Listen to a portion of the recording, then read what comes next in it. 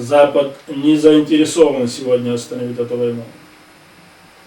У Запада у себя очень много проблем с Россией.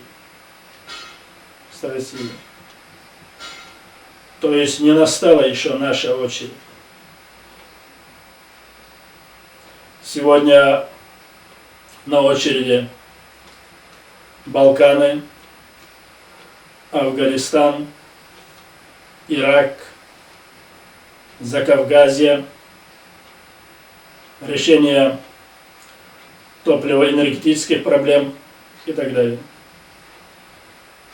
И Запад сегодня заигрывает с Россией, решая вот эти проблемы. Когда наступит наша очередь, Северный Кавказ, Прикаспийская шельф и так далее, вот тогда придут к нам, к чеченцам. Вот тогда мы скажем свое слово. И России, и Западу. Как нам это выгодно?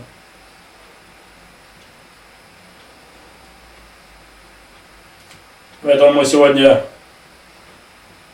знаем одно. Пока эта очередь не наступила, пока Запад решает другие проблемы, нам нужно продолжать борьбу. Организованное сопротивление против российской агрессии и оккупации. И именно методами организованной борьбы. И мы это делаем.